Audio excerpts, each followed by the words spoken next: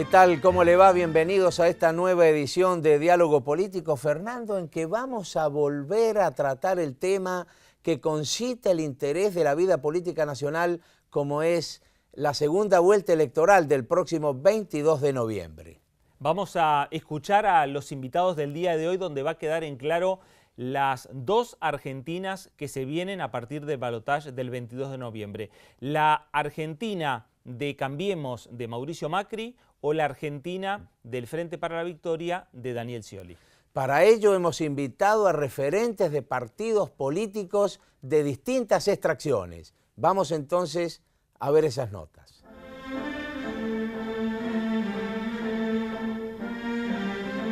La presentación está hecha, el tema más importante es el balotaje del próximo 22 de noviembre y vamos a hablar de ese tema, Daniel, con el diputado nacional Luis Pastori de la Unión Cívica Radical por la provincia de Misiones.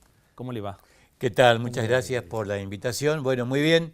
Estamos en esta semana en particular con mucha actividad aquí en la Cámara de Diputados. Yo integro, entre otras, la Comisión de Presupuesto.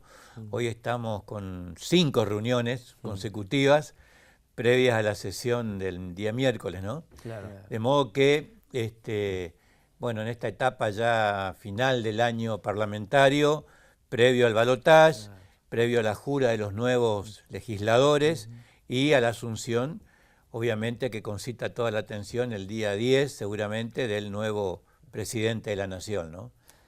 Ahora, sí. Ahora, ¿cómo observan ahora de cara al 22 de noviembre el desarrollo de las elecciones? Bueno, nosotros yo pertenezco a la Unión Cívica Radical, como bien lo han dicho, del distrito Misiones. Saben que la Unión Cívica Radical conforma el Frente Cambiemos. Así es que estamos ya trabajando también en el radicalismo misionero por las elecciones del día 22 en pro de la candidatura de Mauricio Macri, ¿no? Como presidente de la Nación. Es nuestro candidato, es el candidato de Cambiemos. Por lo tanto, después del resultado del día 25 pasado, obviamente que esto nos da nueva fuerza, una motivación muy especial de saber que estamos a muy pocos días ante la posibilidad histórica, ¿no?, de poder consagrar un candidato de nuestro espacio que, si bien no pertenece a mi partido, es sí candidato del espacio que nuestro partido integra, ¿no?, en el orden nacional. Así que se imaginarán con muchas expectativas, ¿no?, muy positivas, obviamente. Diputado, ¿hay dos candidatos y hay dos propuestas de países diferentes? Sí, hay dos propuestas de países diferentes, creo yo. Nosotros lo vemos desde el enfoque de un modelo político que nosotros cuestionamos muy severamente al definirlo como un modelo populista, que ha hecho del clientelismo político toda una manera de trabajar en política todo este tiempo. Yo en mi provincia esto también lo cuestiono muy fuertemente, pero más allá de estas visiones de modelo, de país, nosotros en particular, como formando parte del país periférico, ¿no?, de una provincia como Misiones, muy alejada del poder central o de los lugares de toma de decisiones centrales en la Argentina, vamos a reclamar al próximo candidato. Nosotros esperamos obviamente que sea Macri, pero el que fuere. Vamos a reclamar el cumplimiento de muchos temas importantes y que tienen una larga data, como le doy dos ejemplos. No tenemos gas natural en nuestra provincia, en toda la región en realidad, ¿no? Somos una región olvidada, Formosa, Corrientes, Chaco y Misiones. El famoso gasoducto de Alnea, que se anunció tantas veces pero que nunca llega. Bueno, eso es algo fundamental. Necesitamos la energía que seguramente este gasoducto va a traer, pero lo necesitamos rápidamente, ¿no? No podemos esperar mucho más tiempo luego de tantos años de espera. Y el otro tema, somos también en la Mesopotamia, prácticamente ya hoy la única región en el país que no tenemos el tren, el servicio de tren, el famoso tren mesopotámico, el general Urquiza, ¿no? En su época, que iba de Lacroze, de la estación de Federico Lacroze, sí, pasando por Entre Ríos, Corrientes, hasta Misiones, con terminal en la capital, que es Posadas. Este servicio está interrumpido desde hace prácticamente 3 años, generando muchísimas dificultades.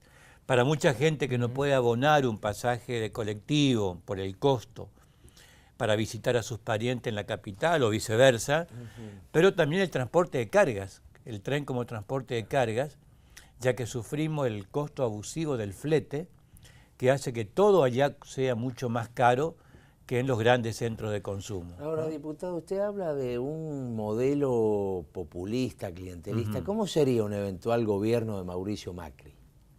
Bueno, el compromiso que tenemos como Unión Cívica Radical, con el PRO y con la coalición cívica, es un modelo donde se respeten los valores de la República, ¿no?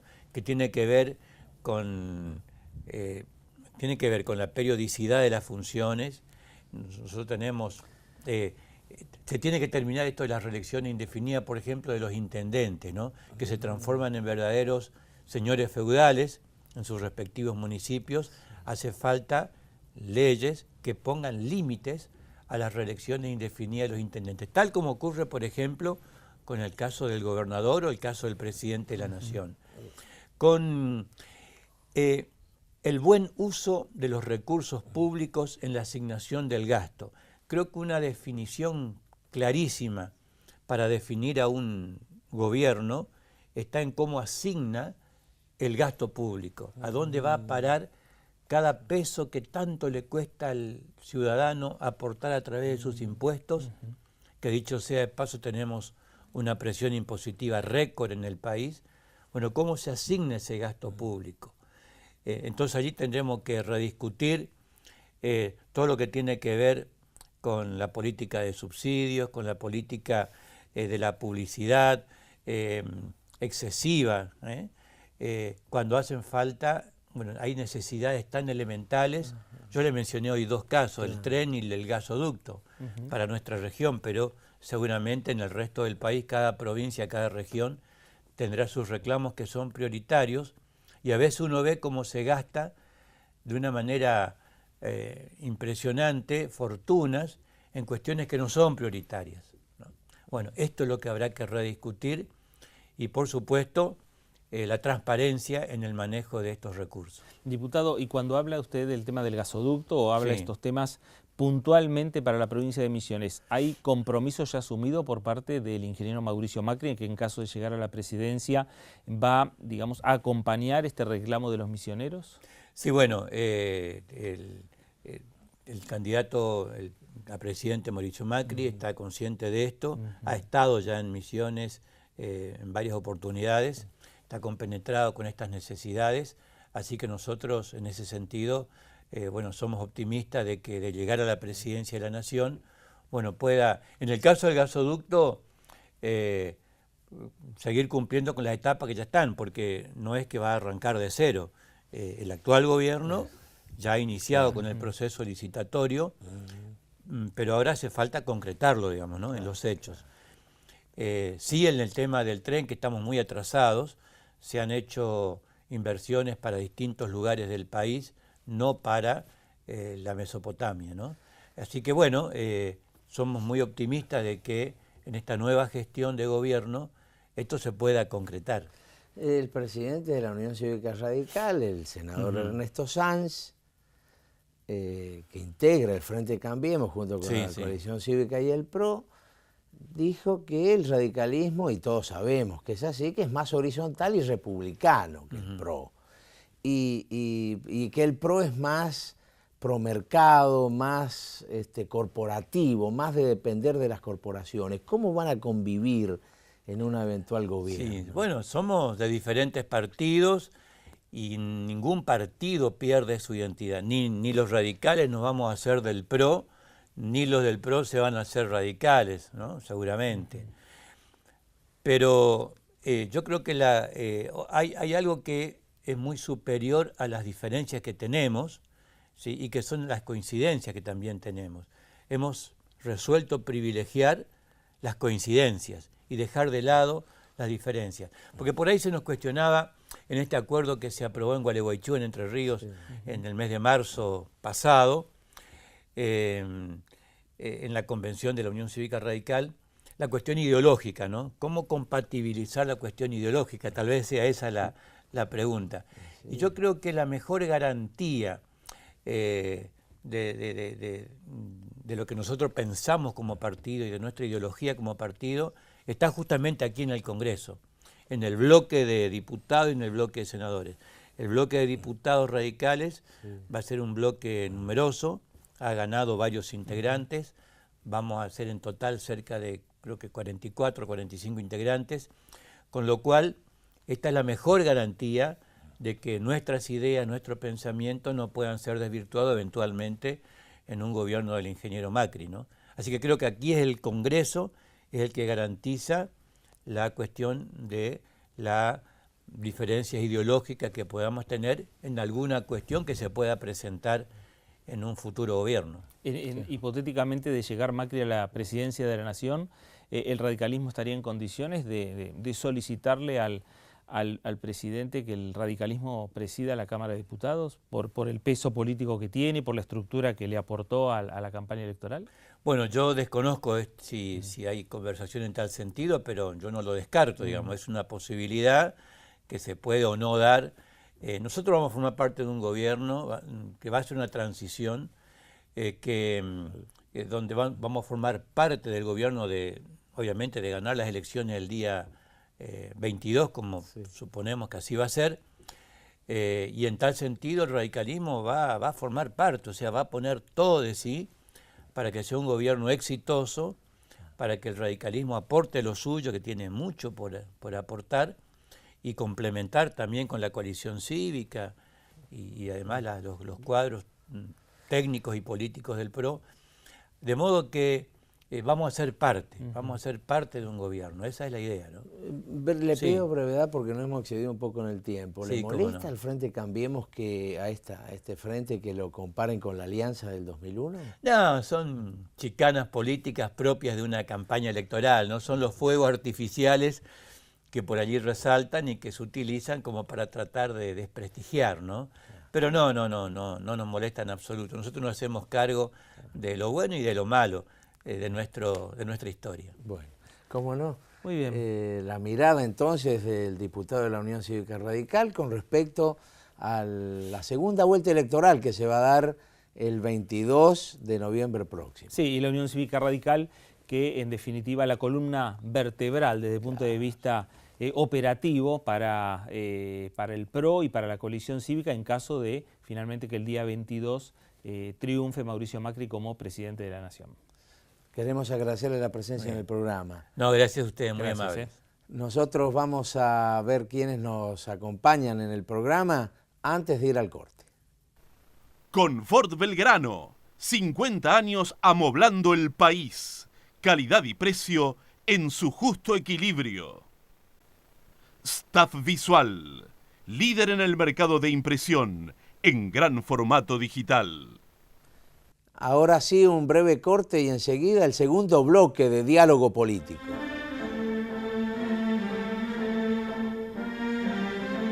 Segundo bloque de Diálogo Político. Vamos a hablar del próximo 22 de noviembre. Daniel, vamos a hablar de el balotaje que se viene. Y vamos a hablar de este tema con el diputado nacional Edgardo de Petri. ¿Cómo le va? Hola, ¿qué tal? Gracias por gracias acompañarnos, diputado del Frente para la Victoria. A ver, es un panorama que no es sencillo ni para Mauricio Macri ni tampoco es para Daniel Scioli. Es un panorama para que los candidatos salgan a explicar sus propuestas y a marcar, digamos, diferencias o a marcar qué es lo que hicieron en el pasado. Sí, bueno, es otra elección. En principio definir es otra elección. El Frente para la Victoria termina su proceso electoral arriba en la cantidad de votos. Fuimos la primera fuerza nacional elegida en todo el territorio nacional. No obstante, no esperábamos este resultado. Creíamos que había condiciones para ganar por más votos y en primera vuelta. No obstante, creemos que está explicitado con contundencia, con claridad, que en esta nueva elección hay dos modelos de país, hay dos escenarios de una nueva sociedad que se quiere construir, Para nosotros Macri expresa una mirada donde lo fundamental para el macrismo es volver a restituir al mercado como el eje rector de la economía nacional. Por eso él está fuertemente apalancado y apoyado por los grupos económicos más importantes de la Argentina. Y el candidato del Frente para la Victoria, Daniel Scioli, que es continuidad con cambios del gobierno que inició Néstor y que continúa hoy Cristina, y que asienta su modelo económico, su modelo político y social en la defensa del empleo, ¿no?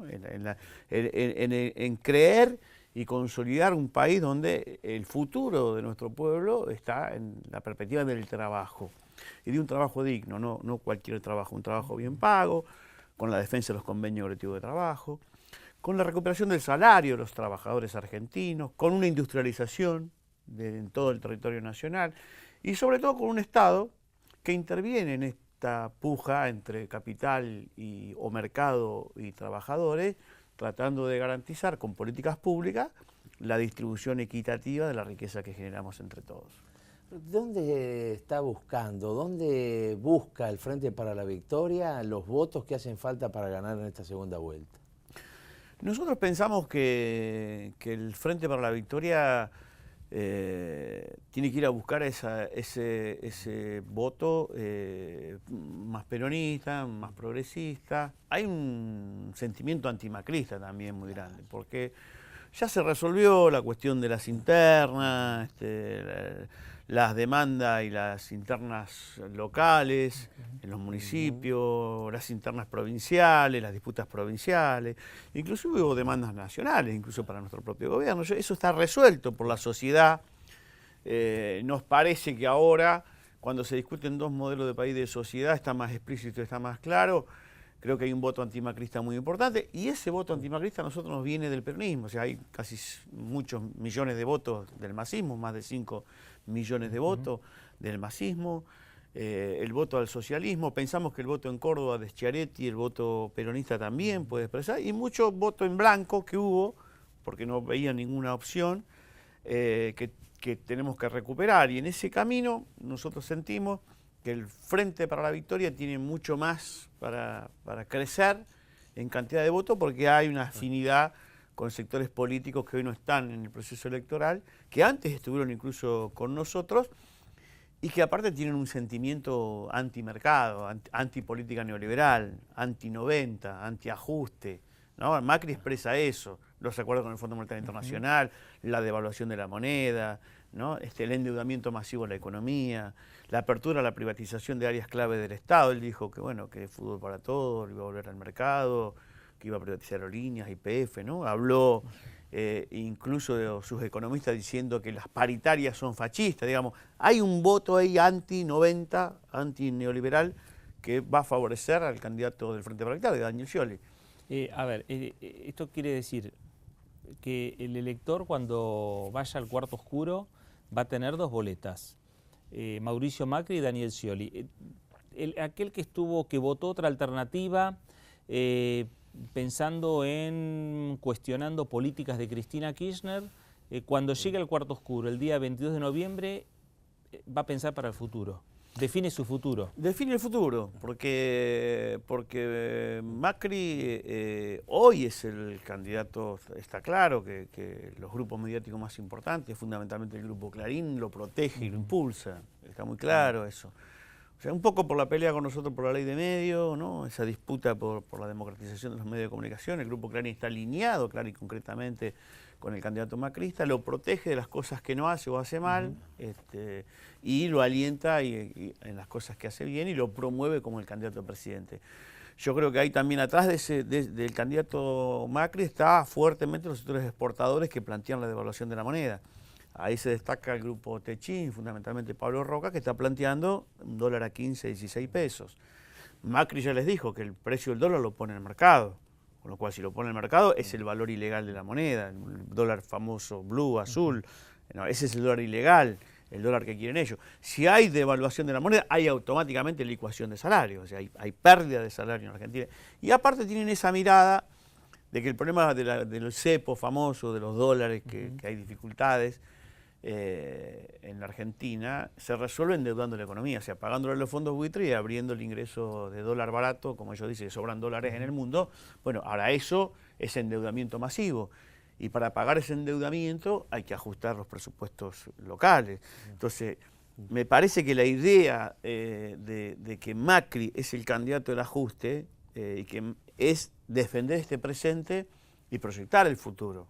Entonces, la demanda que nos hizo el pueblo y que nos planteó cambios y resolver cosas que nosotros o no hicimos o hicimos mal, bueno, hoy las toma el candidato del Frente para la Victoria, se ofrece como continuidad, pero defendiendo la cuestión central que hemos logrado los argentinos, que es el empleo, es el trabajo. Después hay demandas sobre el salario mínimo, hay demandas sobre el mínimo imponible, ¿no es cierto? Hay demandas sobre el tema de precio e inflación, hay demandas sobre mejorar la calidad del empleo, pero sobre la base de esta experiencia de haber recuperado el país y fundamentalmente poner al Estado en una política muy fuerte de distribución del ingreso, porque, por ejemplo, la nacionalización del sistema previsional, que Macri votó en contra y que el PRO votó en contra, bueno, eso le significa a la Argentina que el 98% de los mayores están integrados al sistema previsional, ¿no? Entonces, eso fue un voto en contra del macrismo. Entonces, esa idea de la distribución del ingreso a través de la asignación universal por hijo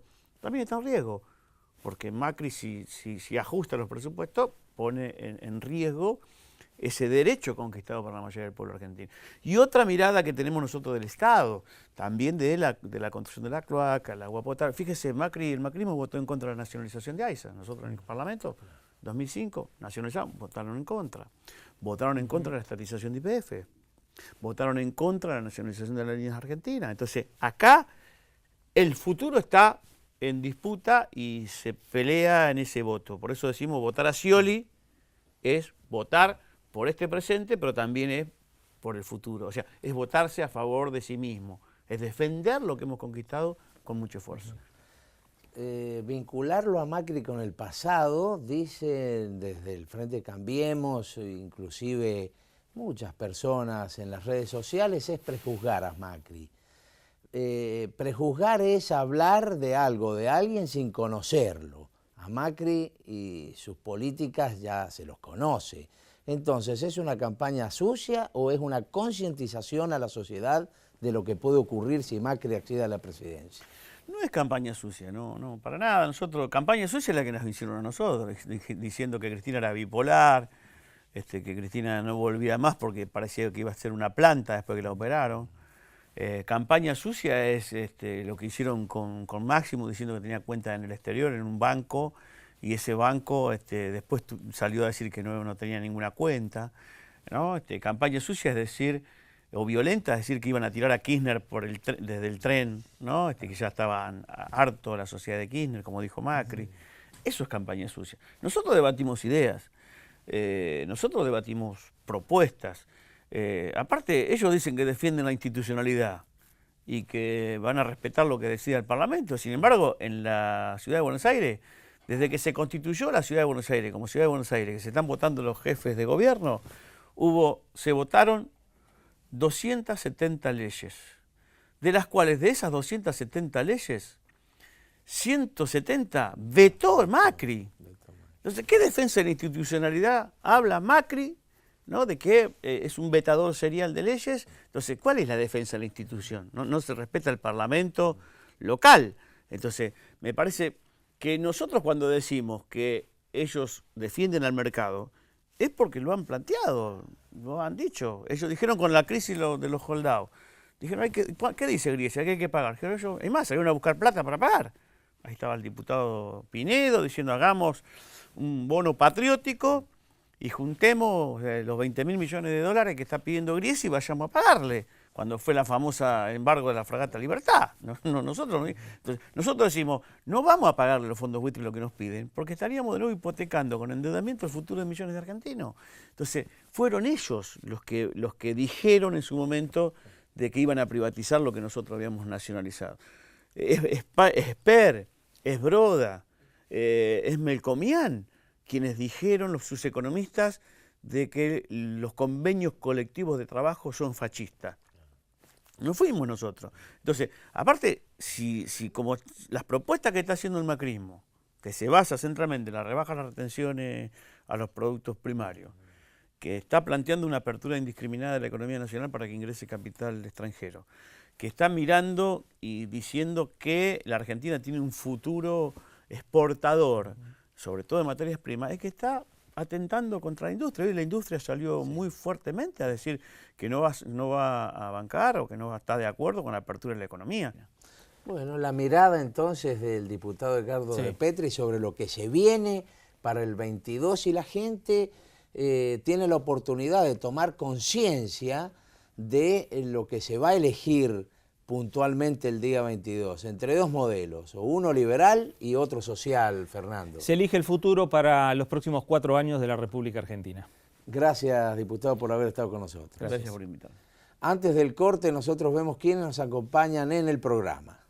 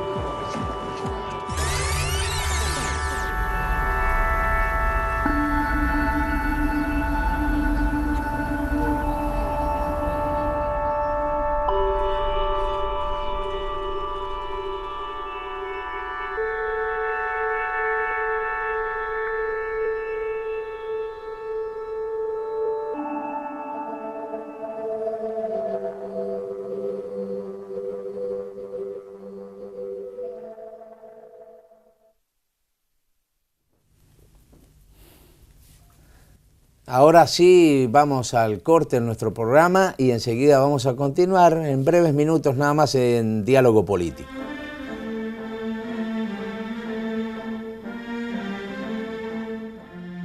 Nuevo bloque en Diálogo Político para hablar de las políticas de derechos humanos en nuestro país y para ello hemos invitado a la doctora Mirta Mántaras, que es abogada asesora de Abuelas de Plaza de Mayo, autora del libro El genocidio en la Argentina. ¿Cómo le va, doctora? Buenas tardes. Muy bien, buenas tardes. Bueno, doctora, gracias por acompañarnos. En este momento, más allá de que, y usted nos va a contar qué es lo que hizo en la Cámara de Diputados de la Nación, pero en este momento de campaña, ustedes, las Abuelas de Plaza de Mayo, los organismos de derechos humanos, ¿están pensando qué compromiso tienen los candidatos respecto a las políticas de derechos humanos? Casi que podría decirles que es la preocupación principal, porque si bien nosotros estamos fogueados en las luchas, o sea, no nos arredra que tengamos que seguir luchando por lo que luchamos hace mucho tiempo, pero de todas formas esta coyuntura, en general inesperada para nosotros, voy a ser sincera, nos ha traído una preocupación general. La preocupación general de que los candidatos se definan con más precisión para poder ampliar, digamos, por ejemplo, lo que ha dicho el candidato Macri, de que los derechos humanos son un curro, que acá lo que se necesita es ser amigos todos y amnistías y perdones, etcétera. ¿Y con respecto a Scioli? Y con respecto a Scioli, él, como ya se ha manifestado varias veces, y como nos ha visitado, y como hemos obtenido de su parte compromisos con los derechos humanos, también nos queremos que los refirme y que continúe con esa hipotética compromiso con nosotros de llevar adelante la política de los derechos humanos sin ningún tipo de variedad, porque nosotros estamos podríamos decirlo tranquilamente, como un poquito más de la mitad de la cantidad de personas que están acusadas y procesadas ya, porque es innumerable la cantidad de víctimas y eso que se conoce solamente una porción pequeña en realidad con relación a lo que fue el terrorismo de Estado, el genocidio en Argentina, porque esto fue un genocidio. Doctora, y digamos, los juicios continúan, estamos casi en un momento donde comienzan a juzgarse más a los civiles que a los militares. Viene una etapa donde empieza a conocerse cuál fue el rol de los civiles en la pasada dictadura. Esa etapa que viene para la República Argentina, ¿es una etapa que para ustedes les da mucha más confianza a Daniel Scioli que Mauricio Macri? Bueno, sí, sin lugar a dudas. Porque Mauricio Macri es un empresario que se ha enriquecido enormemente durante la dictadura militar. El sector empresarial, y Mauricio Macri defiende a ese sector empresarial que él representa y que integra. O sea que la política del olvido, abuenémonos, perdonemos, etcétera, es algo que está concretamente en la línea de macrismo y por otro lado con una frontalidad de ataque para todos nosotros, porque ha dicho que los que estamos trabajando con los derechos humanos estamos en un curro. Yo le puedo contestar a Macri contundentemente. Hace 30 años que trabajo ad honorem. Nunca he cobrado. Desde el juicio a las juntas y después del juicio a las juntas, con todos los juicios que se fueron abriendo, con todo lo que tuvimos que trabajar para hacer los fundamentos, como fue tomar los delitos de lesa humanidad. No se olviden ustedes que estos delitos estaban prescriptos. Y esa prescripción, ¿por qué se consideraban prescriptos? Porque en el juicio a las juntas militares no se tomó la actividad del terrorismo de Estado como delitos de lesa humanidad. Inclusive hubieron muchas absoluciones basadas en la prescripción. Esto surge de la lectura de la sentencia. Recién a los 20 años, cuando estábamos en plena impunidad, los fiscales españoles hicieron la denuncia de que esto en realidad sigue vigente. Y sigue vigente porque ellos acusaron por genocidio y por tormento, por torturas. Y al hacer esta acusación, ¿qué pasó? Se abrieron todos los centros de debate, en que efectivamente nosotros teníamos que tomar los delitos de lesa humanidad, antiguos por supuesto, de lesa humanidad, porque esos son los que representaban realmente estos delitos. ¿Y estos delitos qué son? Delitos que conmueven la conciencia universal. Ese piso mínimo básico en que todas las personas del mundo respetarían o respetan, son los que están conmovidos. Son los delitos que figuran, que constan en la Declaración Universal de los Derechos del Hombre. O sea, aquellos que atentan contra la vida, la libertad, los derechos políticos, los derechos sociales, todo lo que hace a la dignidad intrínseca del ser humano. La dignidad intrínseca del hombre es, en su derecho a trabajar, tener trabajo. Ese es el acto de reconocimiento de la dignidad intrínseca del ser humano. Acá necesitamos también, cuando se reconocen los derechos de los niños, también esa es el respeto de la dignidad intrínseca de los niños, o de los ancianos, o de los que están en prisión. ¿Y usted cree que todas estas dudas que tienen con respecto a todos los derechos humanos que usted está nombrando, tienen dudas de que un eventual gobierno del Frente Cambiemos pueda atentar contra ellos? Porque esto el PRO Cambiemos lo está llamando como una campaña sucia. Bueno, empecemos por aclarar los términos. Decir que los derechos humanos, los que estamos trabajando hace tantos años, estamos en un curro, eso es un ataque. Y un ataque denigrante, y un ataque fuerte. Lo que pasa es que Macri tiene una actitud permanente. ¿Cuál es? Que cuando él ataca, parece que no es un ataque porque generalmente está tratando de sonreírse, pero los ataques más feroces que hemos recibido nosotros han provenido de Macri. Pero Macri es un empresario. Esto fue el golpe militar del 76. Fue un tándem cívico-militar. Los militares hicieron la parte del asesinato de sus compatriotas, pero fueron llamados por los civiles. Los civiles tenían el proyecto de Martínez de Oz, que lo vivían indicando, que lo vivían diciendo y repitiendo. Era el proyecto del achicamiento del Estado, de la privatización de las empresas públicas, de establecer un sistema mal llamado liberalismo que quisiera que pusiera en manos de lo que ellos denominan el mercado todos los resortes del desarrollo del país, del desarrollo de la gente.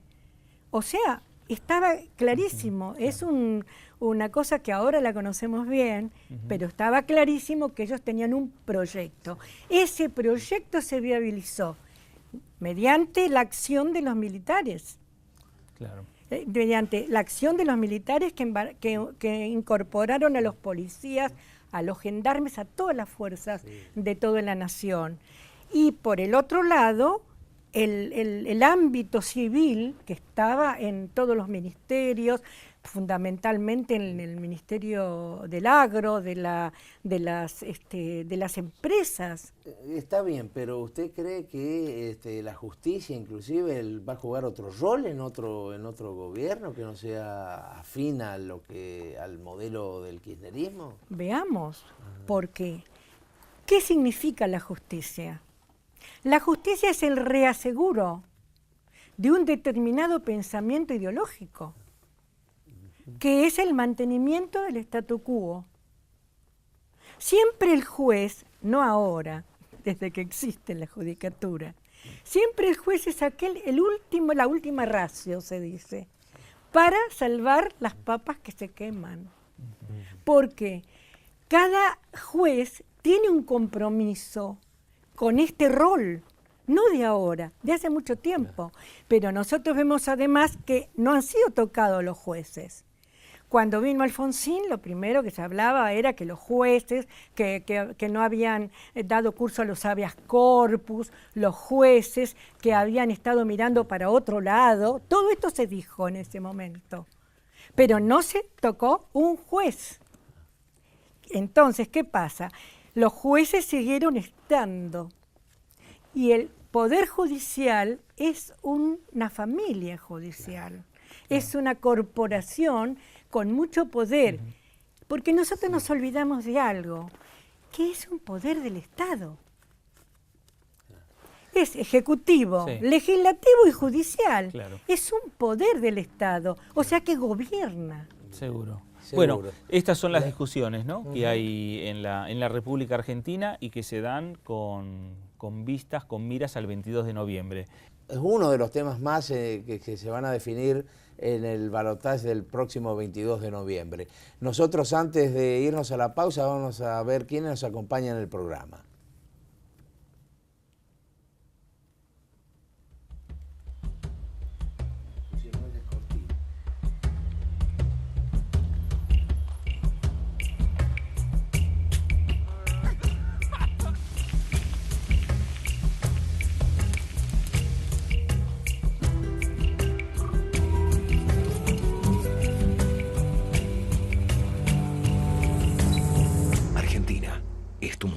Date una vuelta.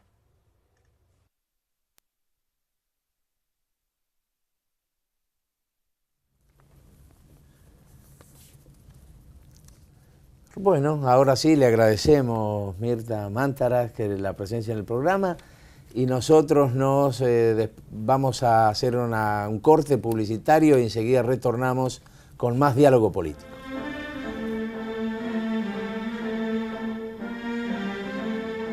Último bloque de diálogo político y para continuar tratando el tema que concita la atención de la vida política nacional, como son la segunda vuelta electoral del próximo 22 de noviembre en nuestro país, y para ello hemos invitado al diputado electo del Frente de la Izquierda y los Trabajadores de la provincia de Buenos Aires, Néstor Pitrola. ¿Cómo le va?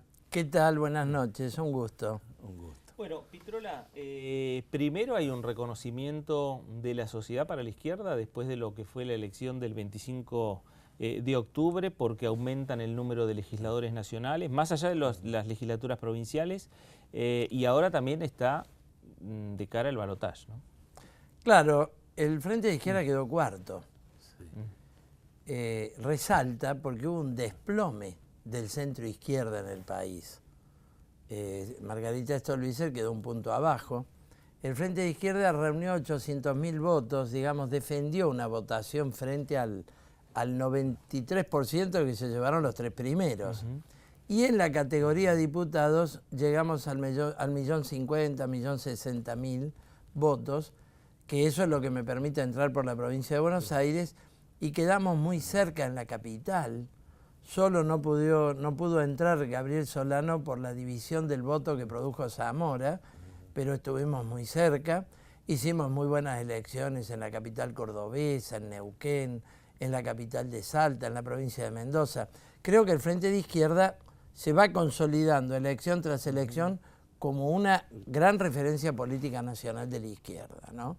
Y me parece que este 25 de octubre reafirmamos esa posición, claramente.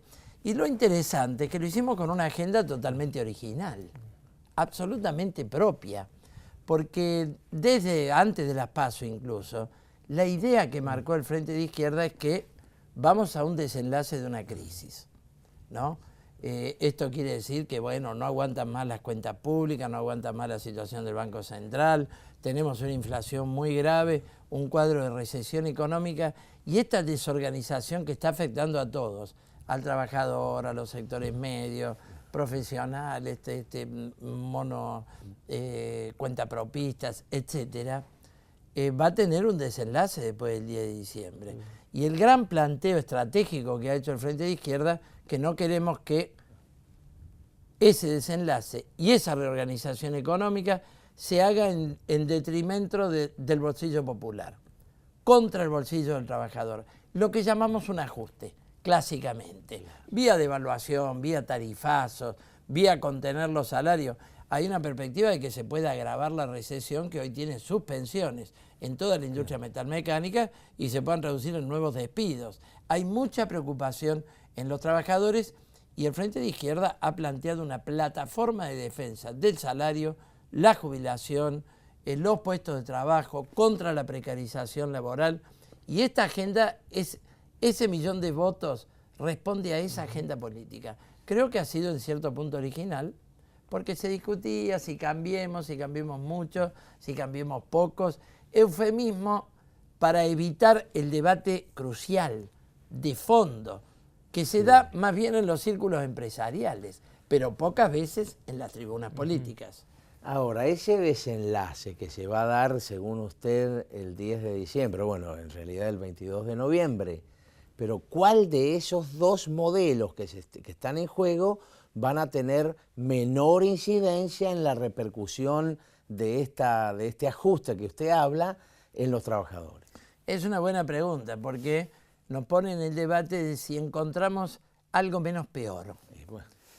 Y el Frente de Izquierda tiene una posición muy profunda en el tema, homogénea, las tres fuerzas que lo integramos, incluso la adelantamos antes de la elección del 25 de octubre.